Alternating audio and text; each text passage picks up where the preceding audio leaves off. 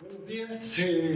La clase de hoy es el rectificador de onda completa con carga RSS, carga resistiva capacitiva. Entonces, el objetivo al que vamos a llegar, pues básicamente es describir completamente este circuito, que lo que hace es convertir la tensión alterna en tensión continua. Entonces, la tensión alterna que está marcada en rojo, la tensión continua que resulta, aparece esta tensión con esta forma de aquí.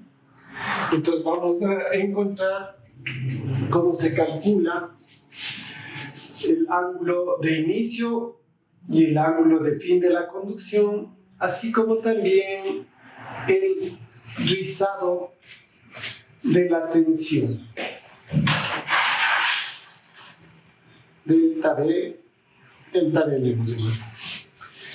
Bien, entonces, para hacer los cálculos, lo que debemos considerar es que este circuito funciona por intervalos. Entonces, hay varios intervalos de funcionamiento. Entonces, vamos a considerar básicamente los tres intervalos. Primer intervalo entre alfa y teta, es decir, omega t, variando entre alfa y teta, y conduce este diodo y este diodo. Entonces, los elementos semiconductores se reemplazan por interruptores y los diodos que conducen se reemplazan por interruptores cerrados. Entonces, vamos a reemplazarles y este sería el circuito que se debería analizar en esa condición. Interruptor cerrado, interruptor cerrado, interruptor abierto, interruptor abierto. En esta condición que se presenta cuando omega t está entre el inicio de la conducción, que se llama, y el fin de la conducción, entonces vemos que el voltaje de la fuente aparece en la carga y las ecuaciones deben desarrollarse con esa condición. Entonces, en esa condición lo que se presenta es que el voltaje V sub S menos V sub 0 es igual a 0. De hecho, V sub S sale por el terminal positivo, aquí sale por el terminal negativo, el circuito se cierra. Esto da esta ecuación de aquí. La corriente I sub R es el voltaje dividido para esta resistencia.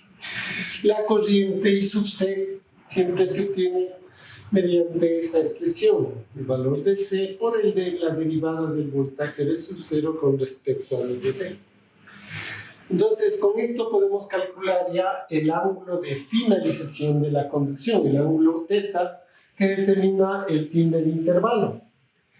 El fin del intervalo se produce cuando la corriente se reduce a 0.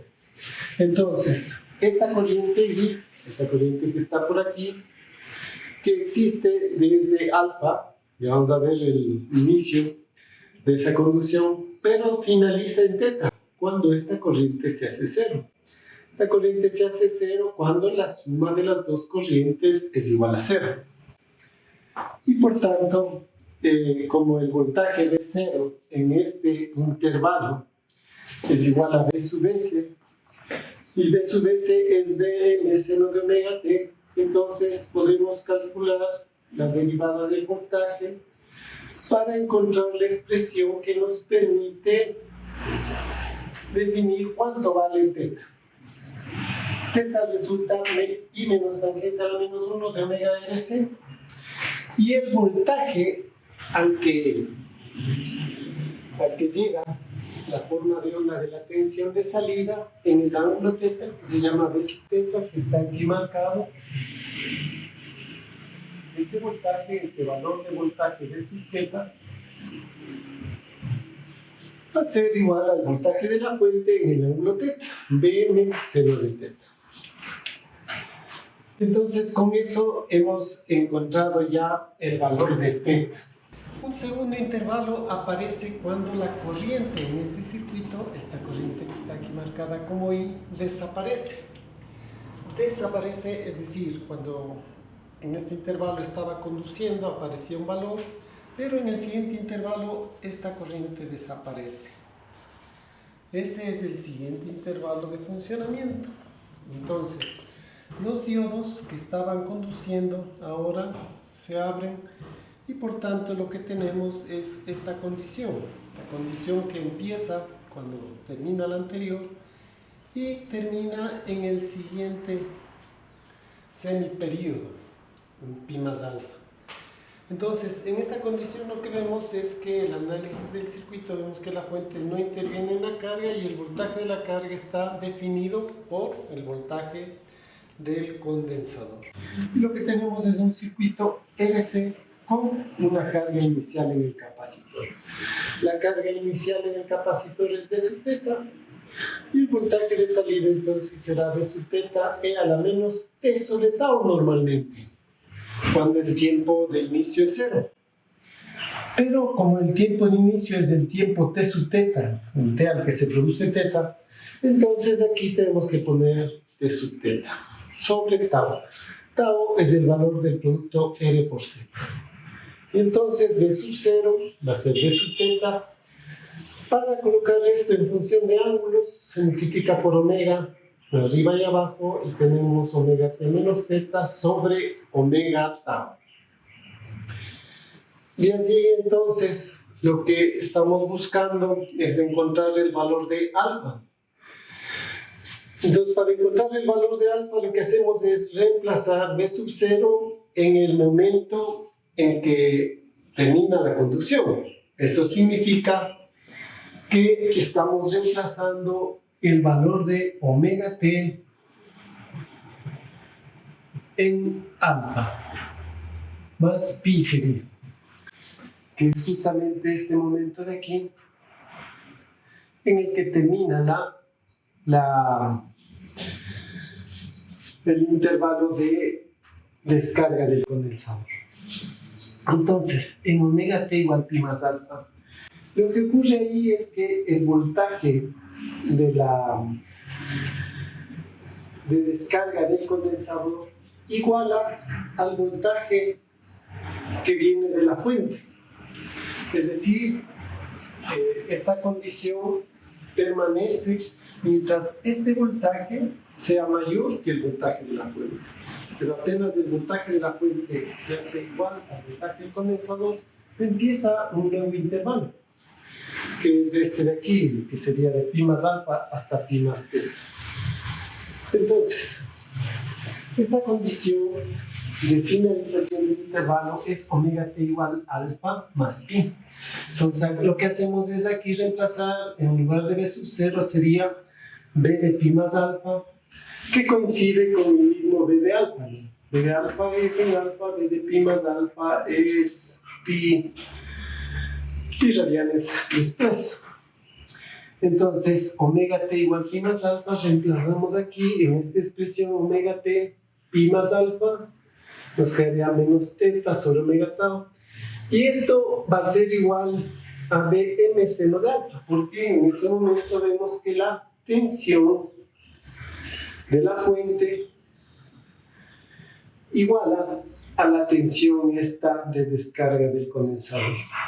En realidad sería la tensión aquí, este valor, en realidad sería el voltaje Bm seno de pi más alfa.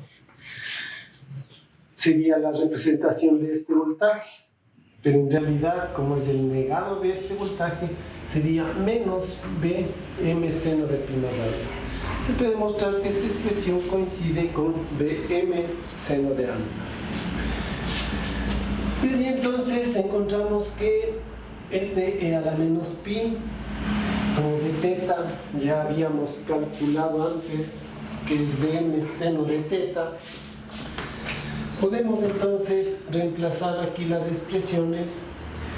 Este de aquí, el B teta, pasa aquí al denominador y nos queda que el Bm se va con el Bm de B teta y nos queda esta expresión de aquí, que nos permite calcular alfa mediante cálculo numérico, porque teta ya conocemos tau conocido, todo es conocido, entonces ya se puede calcular en forma numérica. Sin embargo, existe una interesante aproximación que facilita la situación. Esta aproximación se puede realizar cuando se tiene esta consideración, omega RC mucho mayor que 1. En este caso, el arco tangente de omega RC resulta ser pi sobre 2, por tanto teta, que resulta aquí pi menos el arco tangente, nos daría pi sobre 2. Por otro lado, si teta es pi sobre 2, alfa y teta, cuando se produce esta condición, resulta que alfa también se acerca mucho a pi sobre 2. Y la diferencia entre alfa y teta se hace muy pequeña comparada con pi. Entonces se puede hacer esta aproximación de alfa menos teta es mucho menor que pi. Como sabemos, el seno de teta es, como teta es pi sobre 2, el seno de teta es 1, y entonces de esta expresión, el seno de teta 1, encontramos que el seno de alfa es igual a e a la menos pi sobre omega tau. ¿Por qué? Porque alfa menos teta es mucho menor que pi, por tanto se desprecian en este numerador. Entonces hemos encontrado que el seno de alfa se podría calcular cuando se cumple esta condición, se puede calcular mediante esta aproximación. De hecho, aquí la aproximación e a la menos pi omega tau con este valor se realiza gracias a las series estas de Taylor, ¿no? A la x dice que es el sumatorio de n igual 0 infinito de x a la n sobre n, y se toma únicamente los dos primeros términos de la serie. Entonces, en resumen, hemos encontrado que el funcionamiento de este circuito es que durante el intervalo entre alfa y teta conducen los diodos, durante el intervalo entre teta y pi más alfa los diodos dejan de conducir, y aquí entre pi más alfa y pi más teta vuelven a conducir, pero ya los diodos en sentido contrario, los de cuando la tensión es negativa. La corriente de la fuente fluye a través de otros diodos, de los diodos complementarios, siguiendo este camino. Entonces, estos dos diodos se cierran y tenemos el circuito que vale para el intervalo entre pi más alfa hasta pi más teta. Entonces, en este intervalo, ¿qué es lo que vemos? Que nuevamente la fuente produce la carga del condensador y por tanto la tensión en la fuente, la tensión en la carga es igual a la tensión de la fuente, solo que cambiada de signo. Porque como vemos aquí, si hacemos una ley de Kirchhoff, nos tocaría irnos por aquí por el terminal negativo y entraríamos por el terminal positivo. Y entonces eso nos daría que esta tensión B sub 0 es menos B sub S. Este intervalo va a finalizar en el instante pi más teta. Y las condiciones son similares entonces a lo que se ocurría aquí en el intervalo entre alfa y teta, solo que con la condición de que B0 ya no es Bs, sino que B0 es menos Bs. Pero las ecuaciones van a repetirse y va a producirse un nuevo intervalo similar al del primer semiperiodo. Entonces, en resumen, hemos encontrado el valor de inicio y fin de la conducción. El inicio de la conducción se produce cuando el voltaje de descarga del condensador coincide con el voltaje de la fuente. Esa es la condición que hemos usado para encontrar el valor de alfa. El voltaje de descarga del condensador B sub alfa o B sub pi más alfa igual al voltaje de la fuente B sub n seno de alfa. Y el fin de la conducción hemos visto que se produce cuando esta corriente se hace cero. Entonces esa corriente es la suma de IR más IC, y eso es igual a 0, y eso nos ha producido el valor de teta, el fin de la conducción. Entonces aquí está teta, B teta, el valor de alfa con la condición que hemos colocado. Y aquí el valor del voltaje en alfa y el rizado. Finalmente el rizado, que como hemos colocado aquí es la diferencia entre el valor máximo y el valor mínimo de la tensión en la salida, se calcula restando este valor, que es el Dm, menos este valor que lo hemos llamado D sub alfa. D sub alfa es este valor. Ese valor de sub alfa vale Dm seno de alfa, el rizado se obtiene restando los dos. Y también es importante la corriente, porque ocurre que la corriente obtiene un valor pico justamente en el valor de alfa, y ese valor pico es importante considerar porque depende, como vemos, del valor del condensador. Si más valor tiene el condensador, ocurre que la corriente es mayor. Ocurre también que el rizado este de aquí, también depende del condensador, como vemos aquí. Aquí no se nota tan claro, pero cuando se realiza la aproximación, se nota que el rizado depende del condensador. Más grande el condensador, más pequeño es el rizado. Pero más grande el condensador, mayor es la corriente que circula a través del condensador. Y mayor es la corriente que circula a través del circuito.